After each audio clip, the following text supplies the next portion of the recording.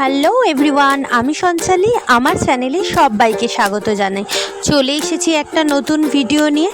আজকে রান্না করব ইলিশ মাছের মাথা আর তেল দিয়ে লাউয়ের ঘন্ট। তো প্রথম থেকে শেষ অবধি ভিডিওটা দেখতে থাকো বন্ধুরা, আর ভালো লাগলে অতি অবশ্যই লাইক করে চ্যানেলটির পাশে থেকো। এখানে লাউ কেটে রেখে দিয়েছি, আর এখানে এখন মাছের মাথাটা ভালো করে নুন হলুদ মাখিয়ে নিয়েছি, দিয়ে এখন সর্ষের তেল দিয়ে ভেজে নিচ্ছি। মাথা ভাজা হয়ে গেছে, আর এখন ওই তেলেই কালো জিরে ফোড়ন দিয়ে দিলাম। আর লাউটা পুরো আলু ভাজার মতন ঝিরি করে কেটেছি, আর দিয়ে দেবো 3-4টে চেরা কাঁচা লঙ্কা। বেশি মশলাপাতি কিছু লাগবে না, যেহেতু ইলিশ মাছ, আর ইলিশ মাছে আমি অত মশলাপাতি কিছুই দিই না, খালি নুন হলুদ লঙ্কা গুঁড়ো আর কাঁচা লঙ্কা, ব্যাস এই দিয়ে আমার রান্নাটা হয়ে যাবে। লাউয়ের ঘন্টটা বসিয়ে দিয়েছি, আর এদিকে ভুলে গেছি বাবা আলুটা কেটে রাখা হয়নি। তো লাউটা এখানে ততক্ষণ একটু নরম হতে থাকুক, তো ততক্ষণ আলুটা কেটে নেবো। একটু লাউটা একটু ভালো করে একটু নাড়াচাড়া দিয়ে দিলাম, আর দিয়ে দিচ্ছি একটু নুন একটু হলুদ একটু লঙ্কা গুঁড়ো, আর এদিকে আরও 3-4টে চেরা কাঁচা লঙ্কা দিয়ে দিলাম। ঝালটা আমি আমার মতন করেই দিই, কারণ আমি একটু খুব ঝাল খেতে ভালোবাসি, আর সব তরকারিতেই মোটামুটি আমি ঝাল দিয়েই থাকি, তাই কাঁচা লঙ্কা আর লঙ্কা গুঁড়ো একটু বুঝেই আমি দিই।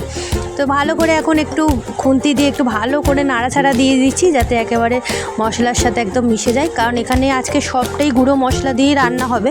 কারণ ইলিশ মাছে তো আমি বাটা মশলা কিছুই দিই না, যেহেতু মাছের একটা সুন্দর গন্ধ থাকে, তো আমার লাগে না কোনো মশলাপাতি দিতে, গুঁড়ো মশলা দিয়ে আমার রান্না হয়ে যায়। তো চটপট 2টো আলু কেটে নিয়েছি। আলুটা না কেটে রাখতে ভুলে গেছিলাম, তো আবার মনে পড়েছে বাবা লাউয়ের ঘন্ট বসিয়ে দিয়েছি ইলিশ মাছের মাথা দিয়ে, আর আলুটা কাটা হয়নি। তো আলুটা দিয়েও একটু মশলার সাথে একটু ভালো করে নাড়াচাড়া দিয়ে দিচ্ছি। এখানে আমি অত জল দেবই না, কারণ এর ভাপেই হবে, খুব কম জল দেব পরিমাণ মতো, যাতে সেদ্ধ হওয়ার মতো। দিয়ে এবার মাথাটা দিয়ে দিচ্ছি, ঢাকনা চাপা দিয়ে দেবো।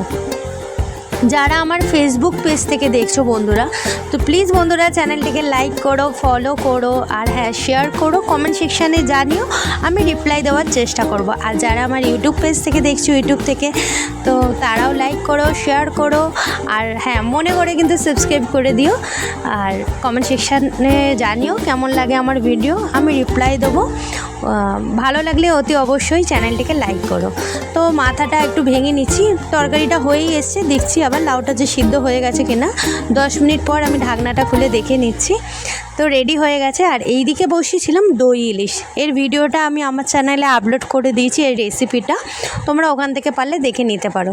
তো আজকের রান্নাবান্না পুরো কমপ্লিট, লাউ দিয়ে মাছের মাথার তরকারি আর দই ইলিশ।